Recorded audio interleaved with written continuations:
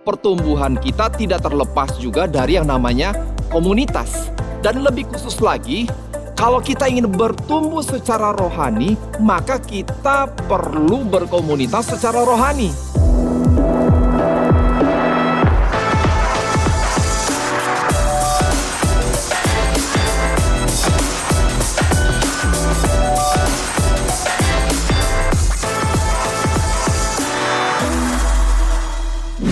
Selamat pagi, siang, sore, dan malam mahasiswa. Dimanapun kalian berada saat ini, gue ucapkan selamat datang di ibadah online Kampus Connection. Buat kalian yang lagi di Bandung atau bakalan datang ke Bandung, yuk ikutan ibadah onsite kita di setiap hari Minggu, Jalan Pasir Koja nomor 58, jam 11 siang. Jangan lupa daftar dulu di link berikut ya. Selain ibadah Minggu, kita juga punya banyak kegiatan online bareng-bareng loh. Pas banget nih buat kalian yang mau cari teman baru. Daftarkan diri kalian di QR berikut untuk ikutan sel group sesuai kampus kalian masing-masing. Sebelum beribadah, yuk memberikan persembahan dan perpuluhan dengan cara transfer ke rekening berikut atau scan QR yang tertera di layar.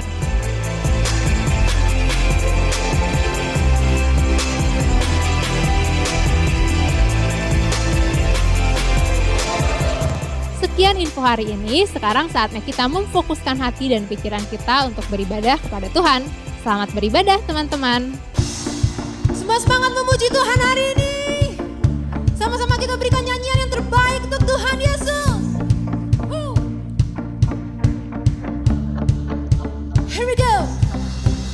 Tiada tandanya, tiada bandingannya, kebaikan-Mu Bapa di hidupku.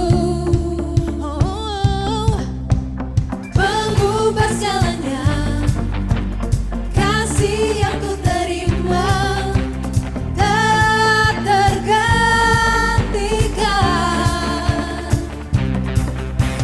tak tergantikan.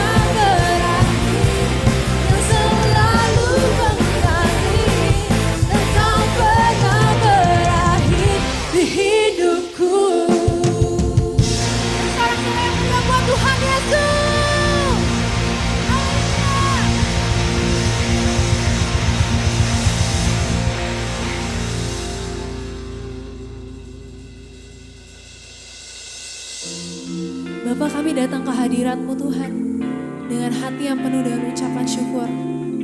Karena kami tahu Tuhan, Kami memiliki Allah yang selalu ada beserta dengan kami dalam musim kehidupan yang kami Bapa. Dan inilah ungkapan hatinya kami untuk-Mu Tuhan.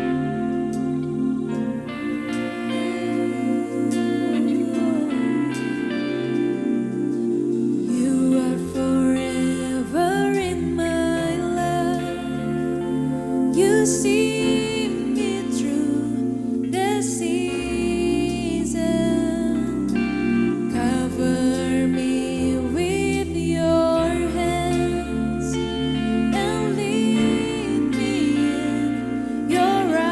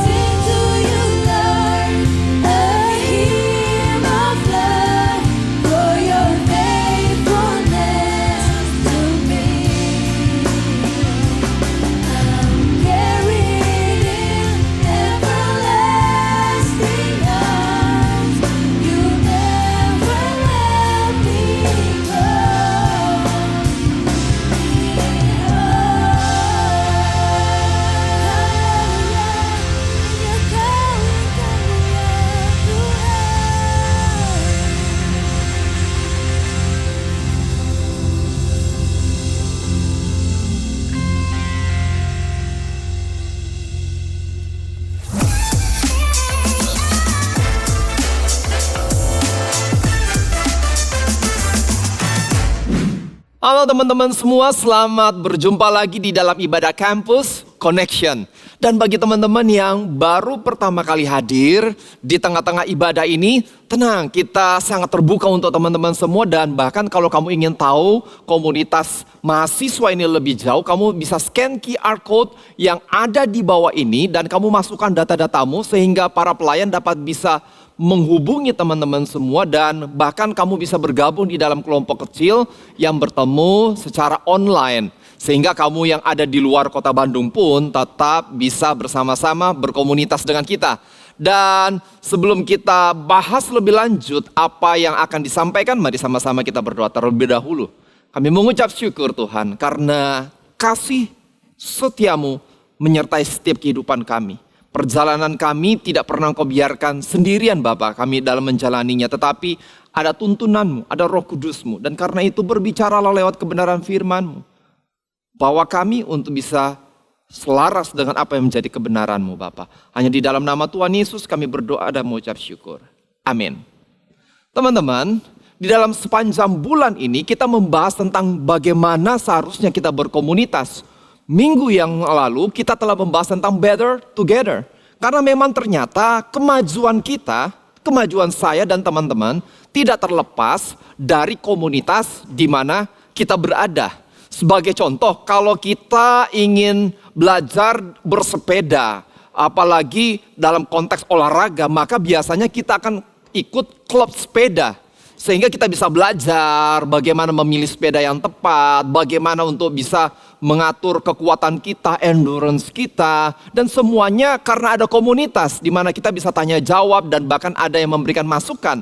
Demikian juga kalau kita ingin belajar umpamanya menguasai matematika, menguasai fisika, praktikum tertentu biasanya kita ada di dalam kelompok atau komunitas. Kenapa tujuannya seperti itu? Ya karena supaya kita bisa bertanya satu sama lain dan memberikan masukan satu sama lain. Dan pada saat itu kita jadi belajar dan kita bertumbuh di dalamnya.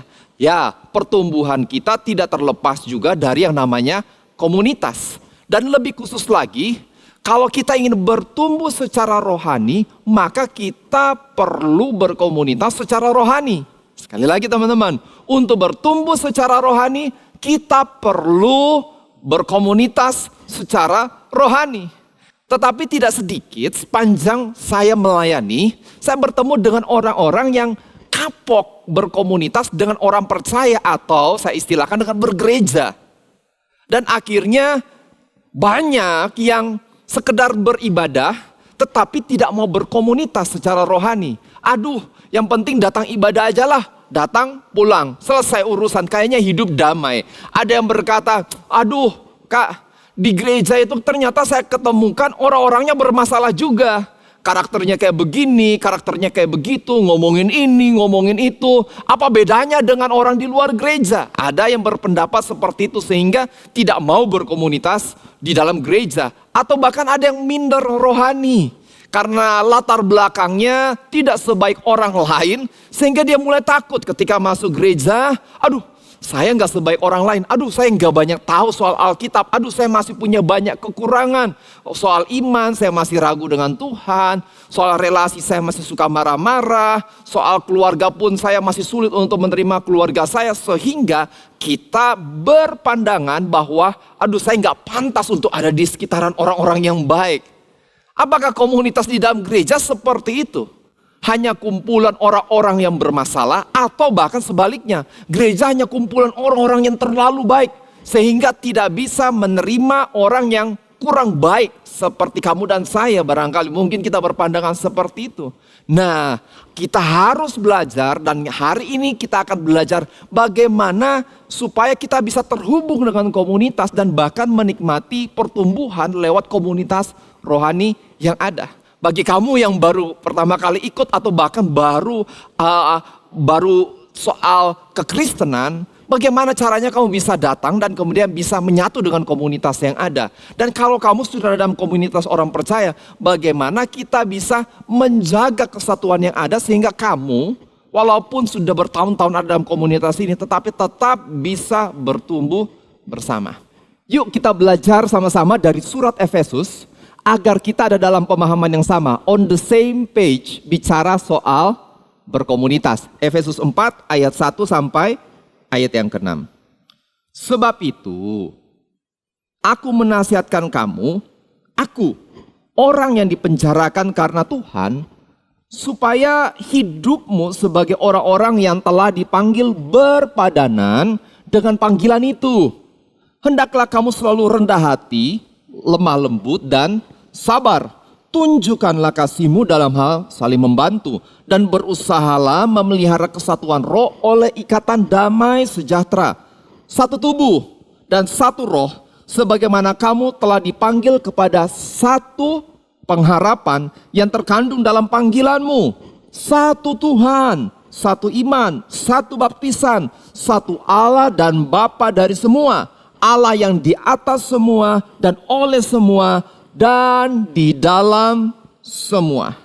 Teman-teman, kenapa kita perlu belajar dari surat Efesus ini? Karena jemaat di Efesus pada waktu pelayanan Rasul Paulus, maka jemaat di Efesus itu terdiri dari berbagai kalangan yang ada di kota itu. Ada yang latar belakangnya kaya, ada yang latar belakangnya miskin. Ada dari kaum Yahudi dan dari orang-orang yang bukan Yahudi. Ada pria, ada wanita, ada para tuan, dan juga pada saat yang bersama ada juga para budak. Nah, kemudian dikumpulkan jadi satu komunitas orang percaya. Nah, ini yang jadi masalah seperti pada umumnya. Karena ada perbedaan latar belakang semua yang ada, maka mulai muncul pergesekan satu sama lain. Orang mulai ngerasa tidak nyaman. Oh kok kayak begini, oh kok kayak begitu, kok caranya kayak begini. Oh saya nggak suka dia, oh saya nggak suka dia. Kita caranya beda. Sehingga akhirnya secara khusus Rasul Paulus mulai memberi nasihat kepada mereka. Supaya mereka yang pertama, yang baru bertobat, ataupun yang sedang dalam konteks baru sudah bertumbuh, bisa menyatu. Yang berbeda status sosial, tetapi bisa menerima satu sama lain dan bertumbuh. Yang berbeda suku bangsa dan bahasa, yang digambarkan dengan orang Yahudi dan non-Yahudi maupun juga yang lain, bangsa yang lain, semua bisa bertumbuh bersama-sama. Dan kita baca dalam ayat yang pertama, sebab itu aku menasihatkan kamu, aku orang yang dipenjarakan karena Tuhan. Kemudian Rasul Paulus katakan, supaya hidupmu sebagai orang-orang yang telah dipanggil berpadanan dengan panggilan itu. Berpadanan teman-teman. Berpadanan atau sesuai dengan panggilan apa yang dimaksud oleh Rasul Paulus. Apa yang menjadi panggilan dari komunitas atau kumpulan orang percaya sempat dijelaskan dalam 3 pasal pertama dari surat Efesus. Dan kalau saya persingkat sedikit buat teman-teman, yang dimaksud adalah begini. Ketika orang bukan Yahudi akhirnya percaya kepada Yesus, ternyata dianggap juga sebagai umat Allah. Ya, dalam gereja mula-mula, ternyata mereka mulai dibukakan bahwa semua orang diundang untuk menjadi bagian dari komunitas orang percaya. Kenapa ini perlu ditekankan oleh Rasul Paulus? Karena ini konsep yang out of the box pada zaman itu.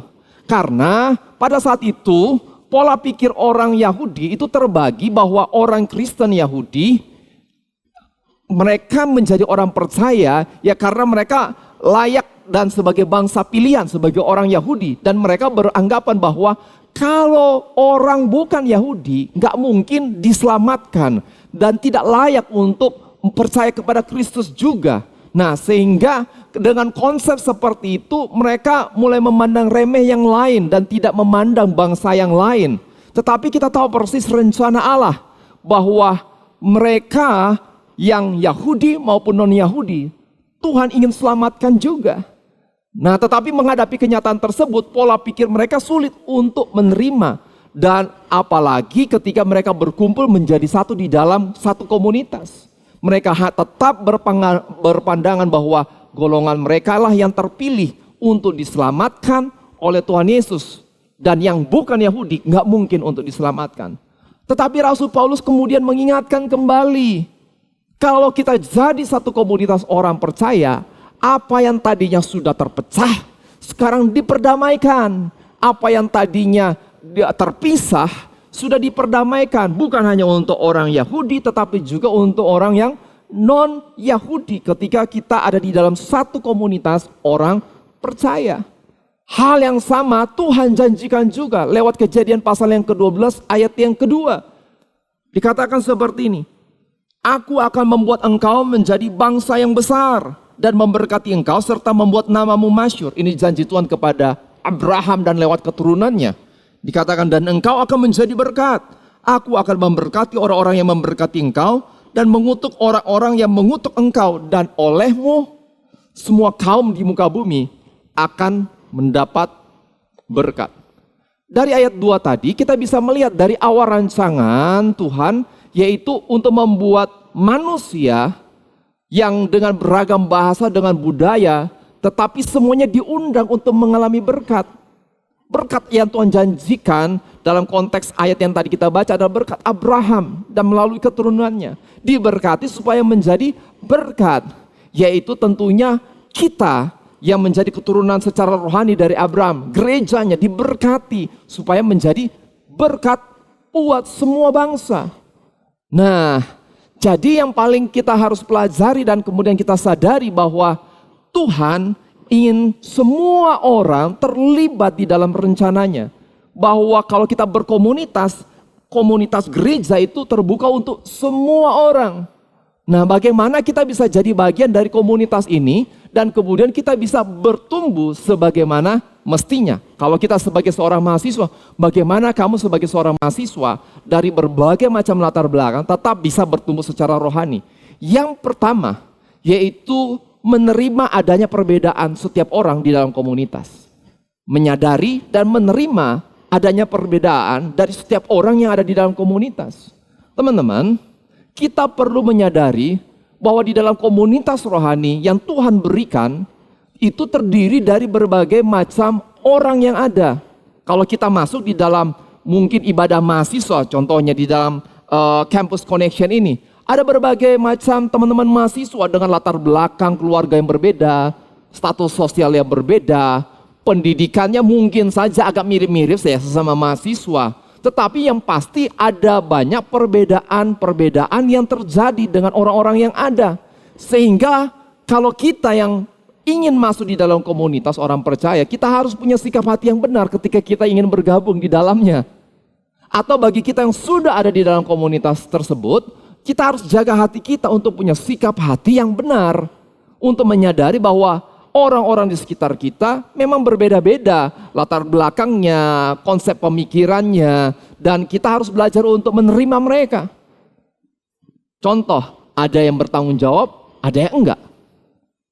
Ya, walaupun mungkin statusnya pelayan, ada yang tidak tahu banyak tapi rajin melayani, tetapi juga ada yang tahu banyak firman Tuhan tapi asal-asalan melayani. That's the reality. Ketika kita ada di dalam komunitas rohani tersebut, ada kelebihan, ada kekurangan dari setiap orang. Sehingga Rasul Paulus mengajarkan di dalam Efesus pasal 4 ayat yang ke-2a, dia menceritakan di dalam istilah yang lain supaya kita bicara tentang menyadari dan menerima komunitas di mana Tuhan tempatkan kita. Dia katakan, hendaklah kamu selalu rendah hati, lemah lembut, dan sabar. Ya, sikap ataupun sifat untuk membangun kesatuan di mana kita bisa tergabung ataupun kita bisa menikmati pertumbuhan di dalamnya, yaitu diperlukan sifat rendah hati, lembut, sabar. Saya ulang, rendah hati, lembut, sabar. Kenapa? Karena tidak akan ada kesatuan, kita tidak akan menyatu tanpa yang namanya kerendahan hati. Jika kita masuk di dalam komunitas atau berkomunitas dengan kesombongan, yang ada terjadi perpecahan. Sikap sombong akan membuat kita tidak tertanam dan bahkan merusak komunitas orang percaya. Ya, umpamanya nih, kalau kita udah masuk dalam satu komunitas mahasiswa secara komunitas mahasiswa rohani, oh saya kan kampusnya ini nggak ada kampus yang lain yang setara dengan kampus saya. Oh saya gabung kalau saya dipercayakan pelayanan, tapi kalau saya nggak dipercayakan pelayanan di sini saya nggak mau gabung. Saya kan latar belakangnya beda, mereka kan beda dengan saya. Saya nggak maulah, pokoknya saya kayak begini. Oh, saya kayak begitu. Saya. Kalau belum apa-apa, sikap kita ya saya. Kita mulai mempermasalahkan masalah baju, status sosial. Sampai kapanpun kita tidak akan pernah tertanam di dalam komunitas rohani manapun. Tetapi justru dengan kerendahan hati akan membuat kita mudah terhubung satu sama lain. Nah, kerendah hatian itu dimulai dari kesadaran bahwa kita ini terbatas dan penuh kekurangan juga. Tetapi kita dilayakkan oleh Allah untuk menjadi bagian dari tubuh Kristus. Sehingga kita nggak lebih tinggi dari teman-teman kita yang lain. Filipi 2 ayat yang ketiga menjelaskan hal ini. Dikatakan dengan tidak mencari kepentingan sendiri atau puji-pujian yang sia-sia. Puji-pujian sia-sia. Oh saya dari kampus ini. Oh kok nggak ada ya? Oh saya nggak level lah buat saya. Oh saya kan jago nyanyi. Oh nggak level buat saya. Saya kan nggak dihormatin, saya nggak disenyumin. Ya sikap seperti itu yang mencari pujian yang sia-sia. Tetapi dikatakan di sini sebaliknya, hendaklah dengan rendah hati yang seorang menganggap yang lain lebih utama daripada dirinya sendiri. Kita bisa tergabung, kita bisa terhubung satu sama lain kalau kita menyadari bahwa komunitas itu adalah anugerah. Berkomunitas itu adalah anugerah Tuhan. Kristus menerima kita terlebih dahulu. Dan kalaupun kita menjadi anggota tubuh Kristus, itu pun karena kita dilayakkan oleh Yesus. Sehingga kita harus belajar menerima satu sama lain sebagaimana Yesus menerima kita terlebih dahulu. Lemah lembut dikatakan, bukan lemah gemulai. Perhatikan baik-baik, bukan lemah gemulai, tetapi lemah lembut. Maksudnya apa? Sebagai contoh, Allah yang sempurna, pribadi yang sempurna justru merangkul kita manusia yang gak sempurna ini. Tuhan dengan penuh kekudusan, Tuhan dengan kemahakuasaannya mau menjangkau kita, merangkul kita, mengerti tentang kita yang penuh dengan kelemahan. Nah, itulah yang dimaksudkan dengan kelemah lembutan. Dia yang berkuasa, dia yang powerful, tetapi justru mau merangkul kelemahan yang lain. Tuhan sebenarnya kan gak butuh bantuan apapun dari kita. Tapi kalau dia melibatkan kita yang punya kelebihan dan kekurangan ini di dalam rencananya, itu karena dia mau merangkul kita dan mau untuk menolong kita untuk mengalami pemulihan. Nah, itu juga sikap yang harusnya ada dalam kehidupan kita, apalagi kalau kita dalam komunitas. Ketika orang lain berbeda pendapat dengan kita, ketika kita melihat kelemahan orang lain, justru diperlukan kelemah lembutan untuk merangkul mereka, untuk menyadari kesalahan mereka, dan bahkan supaya mereka bisa bertumbuh satu sama lain. Dan kemudian dengan sabar ketika orang lain melakukan kesalahan, mungkin menjengkelkan nih. Tetapi kita mengingatkan mereka, memberikan kesempatan untuk mereka bisa memperbaiki kesalahan. Ya, sabar bicara tentang semangat yang tidak mudah dipatahkan karena kegagalan ataupun kesulitan ataupun rasa kecewa. Sehingga kita tetap bertahan sampai akhir. Rendah hati, lemah lembut, sabar. Nah ini sikap yang di dalam kita yang harus dibangun untuk kita bisa menerima perbedaan satu sama lain. Sehingga teman-teman yang baru pertama kali datang di dalam komunitas orang percaya, kamu bisa dengan cepat bisa bergabung. Dan kita yang ada di dalamnya pun bisa bertumbuh dengan baik. Ya, karena komunitas tidak akan terlepas dari yang namanya kesatuan. Makanya saya menggunakan tema hari ini adalah community. Kita bisa baca dengan community, tetapi juga kita bisa baca dengan community. Ya, perlu kesatuan yang harus dibangun di dalamnya. Nah, tetapi sikap yang ada di dalam kita, sifat yang ada yang tadi kita bahas, harus dilanjutkan dengan tindakan. Bagian yang kedua yaitu bertindak untuk membangun kesatuan yang ada. Ingat, komunitas tidak bisa dinikmati hanya lewat omongan, tetapi lewat tindakan kita satu sama lain. Orang di sekitar kita tidak mengerti isi hati kita, tetapi mereka dibangun dan mengerti lewat tindakan kita. Sehingga Rasul Paulus dalam Efesus 4 ayat yang ke-2b dituliskan seperti ini. Tunjukkanlah kasihmu dalam hal saling membantu dan berusaha memelihara kesatuan roh oleh ikatan damai sejahtera. Kesatuan, kita bisa hangout bareng, kalaupun kita berbeda pendapat tetapi kita nggak musuhan, tetapi justru saling menguatkan satu sama lain. Bisa kita saling menegur dan mengingatkan tanpa merasa risih. Kesatuan itu tidak hanya berbentuk sikap yang baik dalam relasi yang tadi disinggung, rendah hati, lemah lembut dan sabar, tetapi juga lewat tindakan-tindakan yang nyata dalam kehidupan kita. Dan lewat tindakan-tindakan ini kalau kita teruskan itu jadi kebiasaan, sehingga atmosfer kesatuan bisa tetap dipertahankan dan kamu dan saya bisa menikmatinya. Di dalam ayat 2b sampai ayat yang ketiga, Rasul Paulus menyinggung tentang dua tindakan yang penting yang perlu kita perhatikan dan kita biasakan. Dikatakan saling membantu satu sama lain dalam kasih. Saling membantu satu sama lain dalam kasih. Nah, jadi membantu di sini bicara tentang tindakan satu sama lain. Tindakan yang membuat kita bisa memelihara kesatuan tersebut. Saya coba share sedikit kisah saya waktu saya baru pertama kali bertobat dan ada di dalam gereja. 1 tahun sempat saya berada dalam gereja, tetapi saya nggak kenal siapapun. Saya datang, duduk di tempat yang sama, dan kemudian saya pengen kenal Tuhan. Tetapi saya datang hanya dengan sikap datang ibadah pulang, datang ibadah pulang, datang ibadah pulang. Dan rasanya sendirian banget teman-teman. Sampai saya ngomel sama Tuhan, Tuhan, ini gimana katanya komunitas orang percaya, saya bisa tumbuh di dalam gereja, tapi saya malah ngerasa sendirian. Kemudian saya ngomel, kalau gitu saya pindah gereja aja lah Tuhan, saya mau cari lagi gereja yang lain yang mungkin lebih ramah, yang lebih friendly, yang namanya komunitas Kristen gitu. Tapi kemudian Tuhan mulai bicara dalam hati saya gitu, mengingatkan, loh kamu lihat gak ada pengumuman untuk melayani? Iya sih Tuhan, tapi ribet ngapain, saya kan perlu komunitas, saya gak mau ngelayanin dulu. Kamu lihat gak ada pengumuman tentang pemuridan dasar? Iya sih ada Tuhan, tapi yang ngapain saya ribet-ribet seperti itu? Kemudian Tuhan ingatkan saya, kenapa gak daftar? Mungkin itu cara untuk bisa terlibat di dalam komunitas. Belajar yang namanya kerendahan hati, Jeff. Akhirnya saya memutuskan untuk mendaftarkan diri untuk mengikuti pemuridan dasar yang ada. Dan ternyata dari momen itu baru saya tahu, ternyata ada sel group ya. Data sel grupnya seperti ini. Ketua sel grupnya seperti ini. Dan kemudian waktu itu saya SMS, kemudian saya ditelepon dan kemudian akhirnya saya tertanam di dalam sel grup. Baru saya ketemu teman, saya dimuridkan dan akhirnya saya bertumbuh di dalamnya.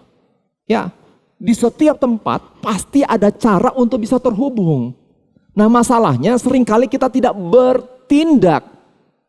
Mengambil inisiatif untuk membangun relasi yang ada. Kita mau tiba-tiba kalau memang Tuhan mau di sini, tiba-tiba ada yang nyapa saya.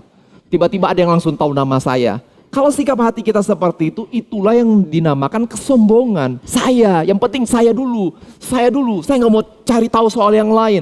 Pokoknya cara saya, mau saya, versi saya. Kalau kita datang dengan kesombongan, kita nggak tertanam di dalam komunitas. Kita harus memperhatikan hal ini teman-teman. Tindakan lain dari berusaha untuk memelihara kesatuan roh dalam ikatan damai sejahtera. Nah ini yang diingatkan di dalam ayat yang ketiga. Dan berusaha memelihara kesatuan roh oleh ikatan damai sejahtera. Kata kerja berusaha artinya sebisa mungkin, bersemangat, rajin melakukannya. Ketika kita ada di dalam komunitas, kita harus melakukannya sekuat tenaga. Kita harus menyadari bahwa kesatuan itu tidak akan ada terus-terusan. Di mana ada konflik, ada perbedaan pendapat, ada salah paham. Dan kita bertugas untuk memelihara kesatuan tersebut. Jadi ketika kita ada di dalam satu komunitas, kenapa kita nggak belajar untuk menjaga dan memelihara kesatuan? Ada gosip, ada perbedaan pendapat, kenapa nggak ngobrol secara personal? Daripada ngobrol di belakang. Kenapa kita nggak menanyakan dan mengkonfirmasi? Ketika kita dengar ada gosip, ada yang ngomongin lu. Kenapa kita nggak langsung cross check terlebih dahulu? Karena omong punya omong, seringkali segala sesuatunya ditambahkan atau dikurangi informasinya. Sehingga tidak akurat untuk kita jadikan referensi dalam keputusan kita.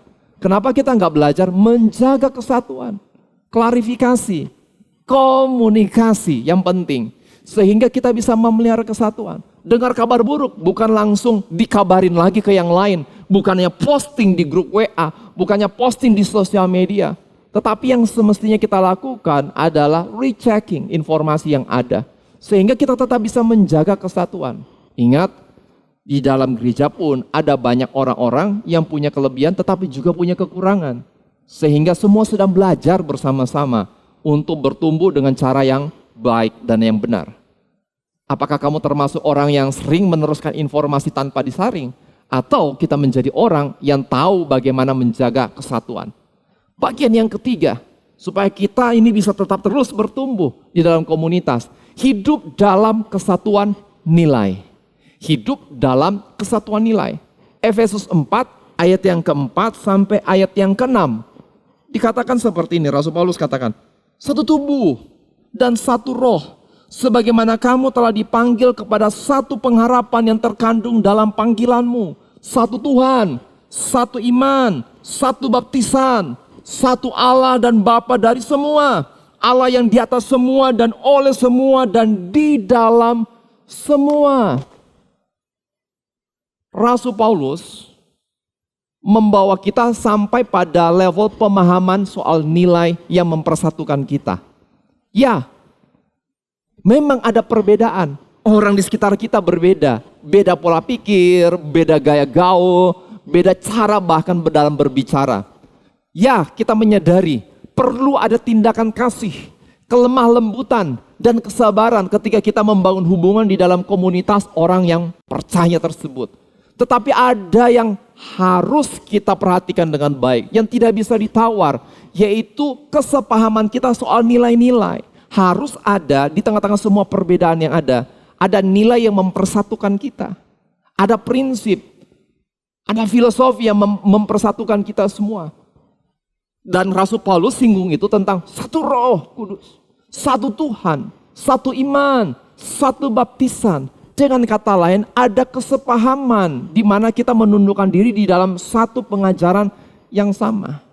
Sebagai contoh, mungkin supaya kita bisa lebih mudah untuk mengerti. Indonesia terdiri dari berbagai macam suku, bahasa, budaya, sedemikian banyak, agama, suku bangsanya. Wah, luar biasa. Tetapi kemudian itu alasan kenapa ada yang dinamakan Pancasila. Ya, yang mempersatukan kita sebagai bangsa Indonesia.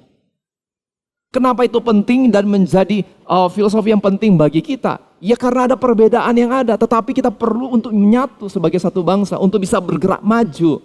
Nah, Rasul Paulus menyinggung hal ini, semua perbedaan ada.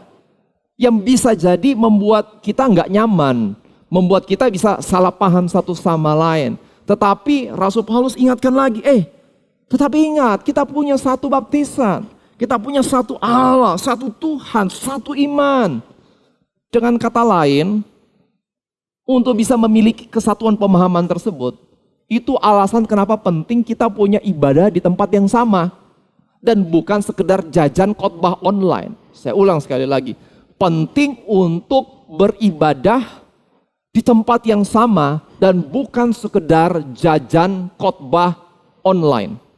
Ya, bukan hanya sekedar beribadah, tetapi bahkan tertanam dan beribadah di tempat yang sama. Sehingga kita bisa bertumbuh di dalam pemahaman yang sama, nilai yang sama, yang dalam berkomunitas di tempat yang sama dan mempraktekkan nilai-nilai tersebut. Sehingga kita bisa growingnya barengan teman-teman. Tetapi kan semuanya juga kan, khotbahnya kan dari gereja-gereja yang lain juga, penting juga kan Kak untuk belajar. Ya kalau mau belajar sih boleh aja teman-teman. Tetapi kan bukan cuma sekedar tahu, tiba-tiba merubah hidup kita. Tetapi kita ingin mempraktekkan dengan nilai yang sama. Bagaimana mungkin kita bertumbuh di dalam komunitas, tetapi kita tidak mempraktekkan nilai yang sama.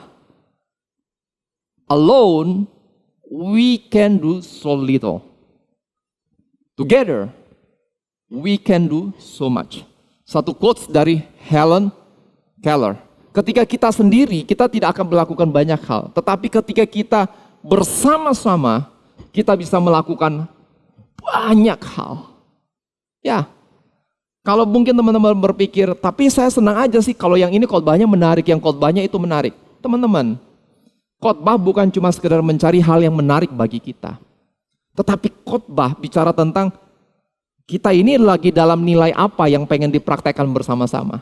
Dan nilai itu kita discuss bareng dengan komunitas, kita lakukan bersama-sama sebagai komunitas, dan itu menjadi suatu nilai yang dihidupi bersama-sama dengan komunitas. Dan dari situ kita bertumbuh sebagai bagian dari satu komunitas orang percaya. Itu dampaknya jauh lebih besar dibandingkan dengan sekedar tahu banyak hal tentang hal rohani.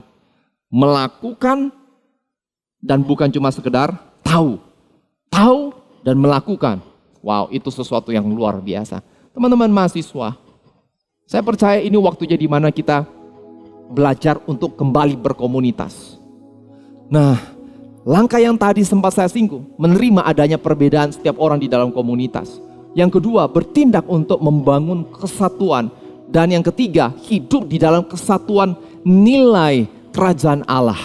Sehingga praktisnya teman-teman, ayo, pandemi hampir berakhir. Belajarlah untuk hadir di dalam ibadah secara onsite, di mana kita memang tertanam.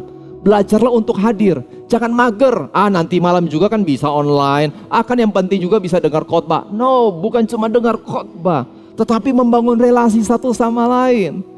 Bangunlah relasi juga satu sama lain. Mungkin yang terabaikan selama ini kita udah nggak ikutan kelompok kecil. Kita juga udah rasanya makin nggak dekat satu sama lain. Jangan diikut arus seperti itu teman-teman. Tetapi ambil keputusan, saya perlu membangun relasi saya kembali. Hadirlah di dalam kelompok kecil. Datanglah di dalam ibadah secara onsite. Karena keadaan semakin membaik dan ambil langkah. Tapi Kak, online memang nyaman. Ya memang nyaman, tetapi ingat kenyamanan bisa mematikan kita. Kita perlu untuk terus membangun diri di dalam komunitas. Ketika kita tertanam, kita akan bertumbuh di dalam komunitas. Pastikan di dalam semester ini kita ambil langkah untuk benar-benar membangun kembali komunitas kita. Ya, komunitas bukan sekedar komunitas. It's not just community, but community. Mari kita bangun bersama-sama kesatuannya lewat langkah-langkah praktis yang ada. Mari sama-sama kita berdoa. Kami mengucap syukur Tuhan, karena Engkau Allah yang selalu menuntun kami. Tidak pernah kami Engkau biarkan sendirian, tetapi Engkau juga mengajarkan kami yang namanya kerendahan hati, kelemah lembutan, kesabaran Bapa. Lewat komunitas di mana Tuhan tempatkan kami, di mana kami bisa membantu satu sama lain dan kami pun bisa dibantu oleh teman-teman di sekitar kami. Dan dari situ kami tahu betapa kasih Kristus itu sungguh nyata untuk kehidupan kami. Dan kami berdoa saat ini Bapa, biar berkat Tuhan itu menyertai setiap kehidupan teman-teman dimanapun mereka berada. Bagi mereka yang sedang sakit, bagi mereka yang sedang bergumul dengan keuangan, Tuhan berkati kehidupan mereka Bapa.